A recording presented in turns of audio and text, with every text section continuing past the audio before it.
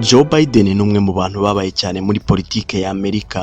Ni umunyamerika wavutse ku ya 20 Ugushyingo mu 1942, yabaye visi perezida wa Amerika kuva mu 2009 kugeza muri 2017. Kuri ubu akaba ari na perezida, aho yatowe atsinze umuherwe Donald Trump.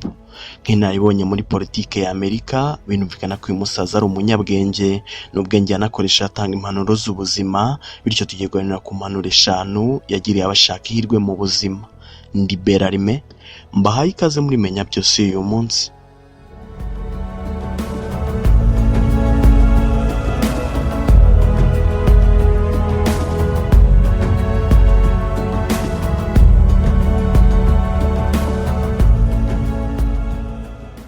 Inama ya mbere Joe Biden yatanze ni uko hazazaho ibihugu hatagomba gushingira ku buyobozi bwabyo gusa, ahubwo burya ibisubizo birambye bigomba kwivira mu baturage. Ku kigendanye no kwishakamo ibisubizo, abantu turi mu bwoko bubiri. Hari abantu bumva ko ari bo bagomba kwishakamo ibisubizo buri kibazo, bakumva ko ari bo bagomba kukikuramo, nabumva ko nta bubasha bwo kwishakira ibisubizo bafite, bakumva ko bazashakirwa ibisubizo n'abandi.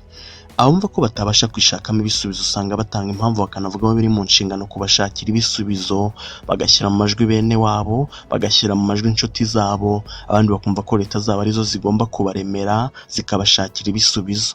Burya buri wese yakabaye yireba akibona nk'igihugu. Ni nabyo rega ko igihugu kigizwe n'imiryango, iyi miryango kandi igizwe na buri wese muri twe, bivuze ko buri wese abaye yishakamo ibisubizo nta kibazo twakabaye dufite. Ibihugu byacu nibyo bikora byinshi, ku isonga byubaka uburyo buzafasha abaturage babyo kwiteza imbere, gusa si byo bigomba kuza inyuma ya buri wese ngo bimukoreshereze ubwo buryo mu kwiteza imbere. Ntushaka ejo heza rero, jya wishakamo ibisubizo. Nibyo leta n'umubyeyi nta kwifuriza ibibi, ariko nutegereza ko umubyeyi aba ari kubakira ahazaza, uzarinda utabara uko ugitegereje.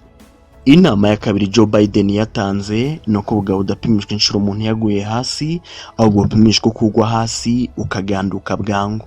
Umuntu uzakwita ikigwari ngo nuko wahuye n'isanganya zawe biterwa n'ubujiji. Mu buzima ntawe utahura n'isanganya, ntawe utahura n'ibibazo, gusa ubwawe ntibupimishwa inshuro umuntu yahuye n'ibisitaza, ahubwo bupimishwa uko wigobotoye ibyo bisitaza. Ntushake ejo heza rero, ntukayumva ko wabaye ikigwari ngo nuko wakomwe mu nkokora, ntukebe ngo nuko ibi bikunda kukugenderera, ahubwo ujye witwara kigabo ushaka uko ubyikuramo.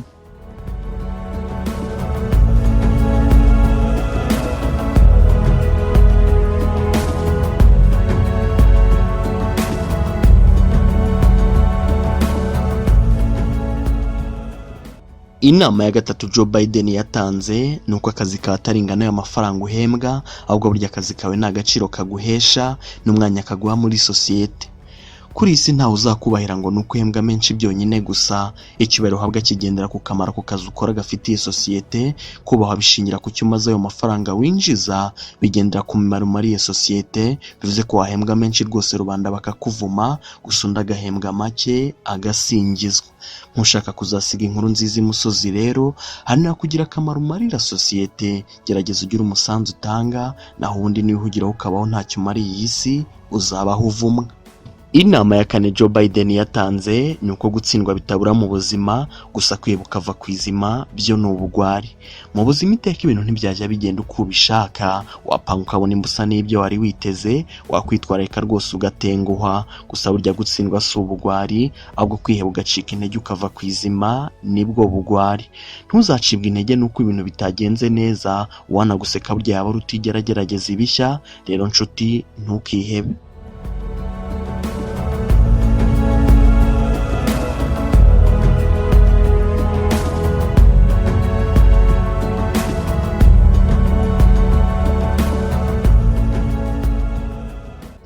Inama ya gatanu Joe Biden yatanze ni uko ubuzima ari urugendo rw'amahitamo agoye. Mu buzima nta rwego na rumwe uzageramo ngo uburemo ibikugora. Abize barataka, abatarize barataka, abashatse barataka, abatarashatse barataka, abakire nabo nuko barataka, abakene nabo nuko baraganya, abana, abagabo, abagore, abasore, abasaza n'abakecuru, mbese buri muntu wese nta buri bimugora.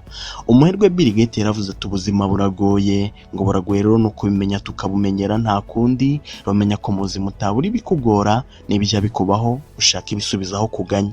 Niba ushaka ejo heza rero, Joe Biden akugira inama yo kwishakamo ibisubizo, atugira inama yo kugira icyo tumarira sosiyete tubamo, atugira inama yo kutiheba ngo tuve ku izima, kandi anatugira inama yo kutaba ibigwari. Iki kiganiro cyitwa Menya Byose, mugikurikiramo inama zitandukanye, inama zabafasha mu ngeri zitandukanye z'ubuzima. Mwatwandikira inyunganizi kuri page ya Facebook yitwa Bellamy Ranger ndetse na Instagram ni Bellamy Ranger. Soreje aha, ndabashimiye.